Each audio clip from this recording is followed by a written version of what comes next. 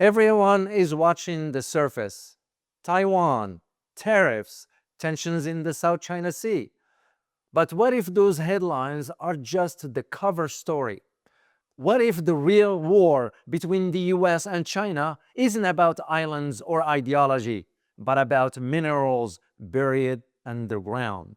Right now, there is a shadow trade war raging, a war for control over the rare earth, metals, and atomic materials that power fighter jets, AI, chips, quantum computing, electric vehicles, and nuclear submarines. And while politicians talk about freedom and security, behind the scenes, they are fighting over who controls the elements that control the future. What if the fight for Taiwan is about chips, but also about who holds the gate to the world's most advanced mineral supply chain? And what if the West is already losing? Let's dive in and find out. A big thank you to today's sponsor, CleanTech CTV.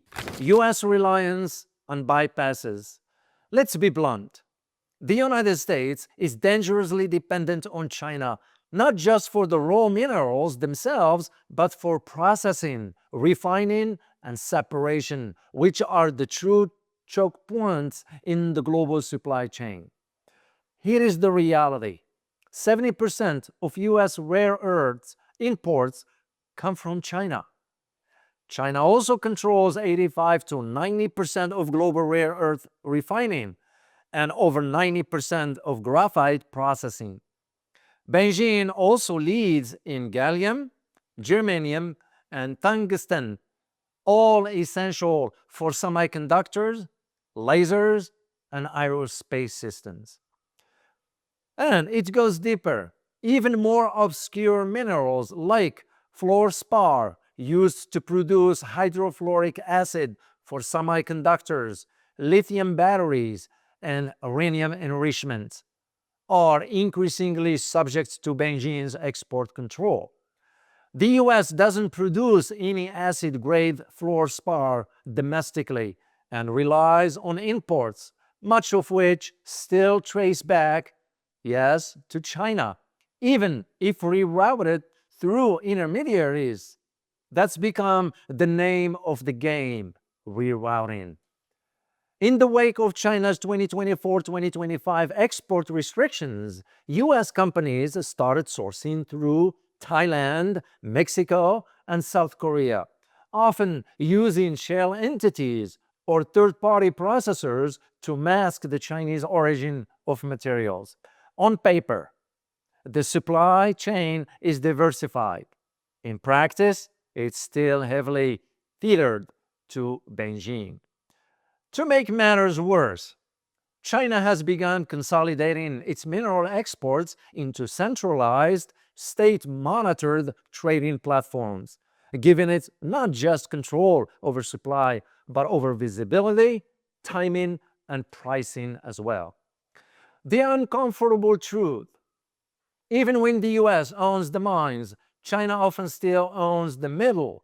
Until the United States invests in domestic processing infrastructure, including for materials like fluorspar, it will continue fighting for tech dominance with one hand tied behind its back. Taiwan double role. Taiwan is often viewed as the center of the global chip war, and rightly so. Semiconductor giant TSMC produces more than 90% of the world's most advanced logic chips, powering everything from iPhone and AI servers to F-35 fighter jets and quantum computing prototypes. But here is the lesser-known layer. Taiwan's chip dominance depends not only on engineering, but on minerals. The fabrication of cutting-edge semiconductors requires a steady supply of ultra-high purity critical minerals. Fluorspar to produce hydrofluoric acid, essential for etching chip patterns. Rare earths used in polishing wafers and in lithography systems. and gallium and germanium used in high-frequency and optoelectronic devices. Most of these inputs are either mined or processed in China. So, if Beijing were to cut off or restrict completely access to these materials, even without a single chip crossing the Taiwan Strait, it could effectively slow or choke Taiwan's chip production. In other words, controlling the upstream mineral supply chains is a stealthy way to control the downstream chip supply.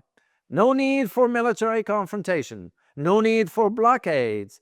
Just turn the valves off at the refinery. That's why this mineral war isn't just about rare earths, it's about who commands the global computing infrastructure. And Taiwan is the hinge between physical materials and digital powers.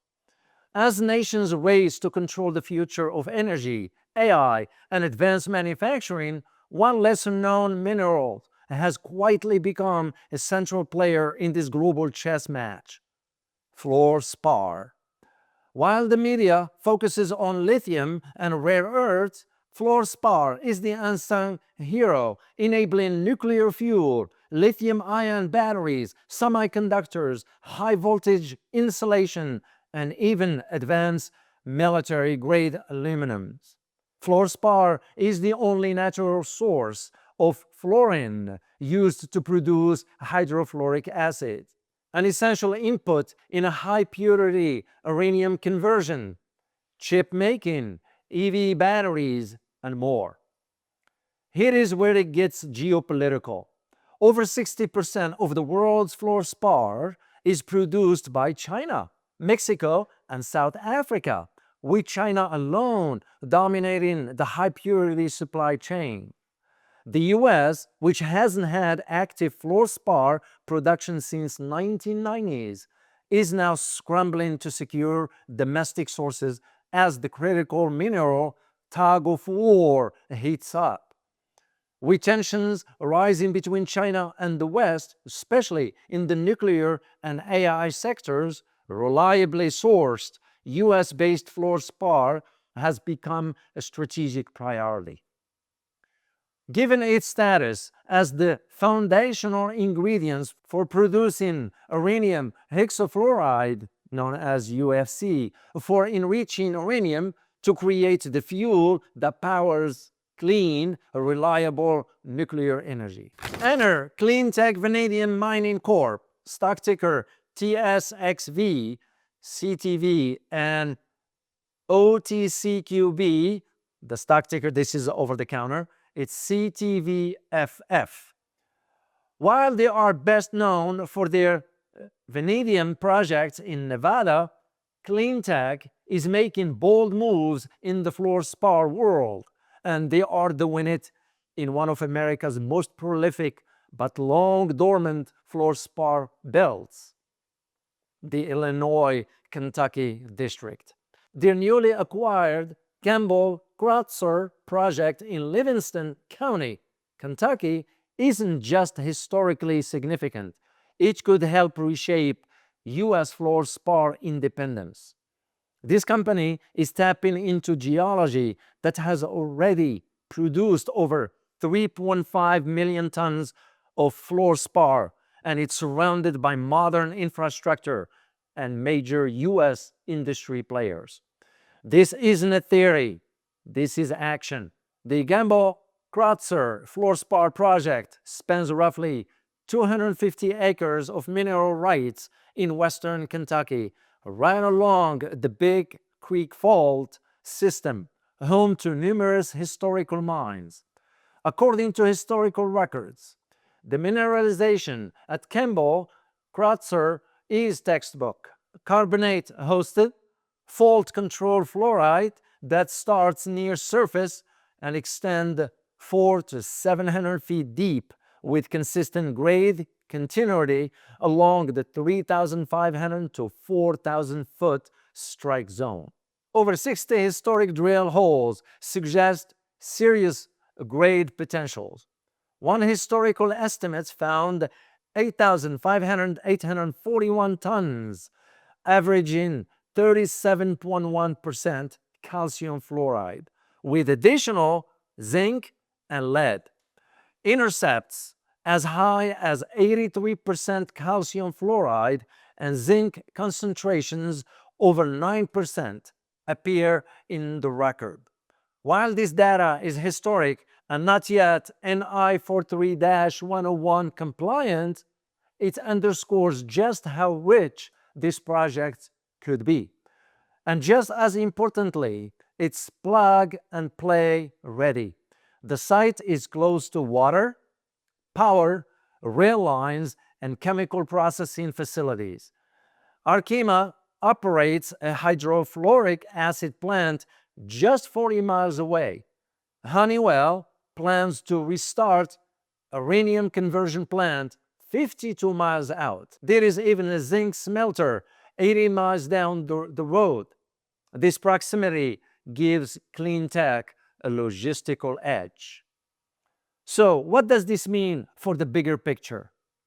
If you are the US government, you are looking for exactly this: domestic fluorspar sources that reduce dependency on China, secure infrastructure near nuclear, EV, and high-tech supply chains, geologically proven districts where production can scale quickly. Not to mention that in response to President Donald Trump's declaration of national energy emergency, the United States Department of Interior now has emergency permitting procedures in place, which will take a multi-year permitting process down to just 28 days at most. This isn't just an investment story, it's a national security story. From uranium enrichments to next-gen EVs, high-purity fluorspar is the mineral behind the curtain, and CleanTech is pulling that curtain wide open. Strong projects need, of course, strong hands, and CleanTech is led by a team that knows how to build that. I will start with John Lee, who serves as a CEO and a chairman with the degrees in economics and engineering from Rice University. He's raised over $150 million in capital for mining ventures and led the acquisition of multiple critical mineral projects. Ron Espel, president, brings over 30 years of U.S. mine permitting experience, including leadership roles at BRICS, Goldstrike, and McEwen Mining. He is the regulatory backbone of the company. And you have, of course, Andrew Yeo, a CFO, is a seasoned CPA with a deep experience in the mining sector and financial compliance across multiple exchanges. And of course, we add Alex Baer, Chief Legal Officer, has over 15 years of securities law expertise, focused exclusively on mining, navigating the regulatory minefield so their operations can stay on track. As you notice, this team blends technical, legal, financial, and strategic firepower, exactly what's needed to move quickly in today's volatile resource environments. Fluorspar prices have risen steadily, reflecting its scarcity and rising demand. According to Statista, U.S. acid-grade fluorspar has seen prices above $450 a ton in recent years, a jump from a sub-$300 levels just a few years ago. And with the Department of Energy and the Pentagon pushing for domestic sourcing, and with the downstream users in semiconductors, clean energy, and defense urgently looking for US-based supply, CleanTech's Fluorspar project in Kentucky is not just promising, it's timely. Add to that the rising demand from AI chips, electric vehicles, and the looming green energy shift, and you've got a perfect storm, one where CleanTech could emerge as a key domestic player in the fluorspar revival. In a world increasingly defined by resource warfare, CleanTech Vanadium Mining Corporation is doing more than just digging holes. They are reviving a critical mineral district with real geopolitical weight, and they are doing it with experience, precision, and vision. Fluorspar might not be flashy, but it powers everything from semiconductors to nuclear power plants. And if CleanTech succeeds in Kentucky, they could be delivering one of the most important ingredients for America's technological independence. If you are watching the future unfold, keep your eyes on CleanTech. Remember, there are always risks in investments and there are no guarantees of any kind. Always do your own research. Thank you.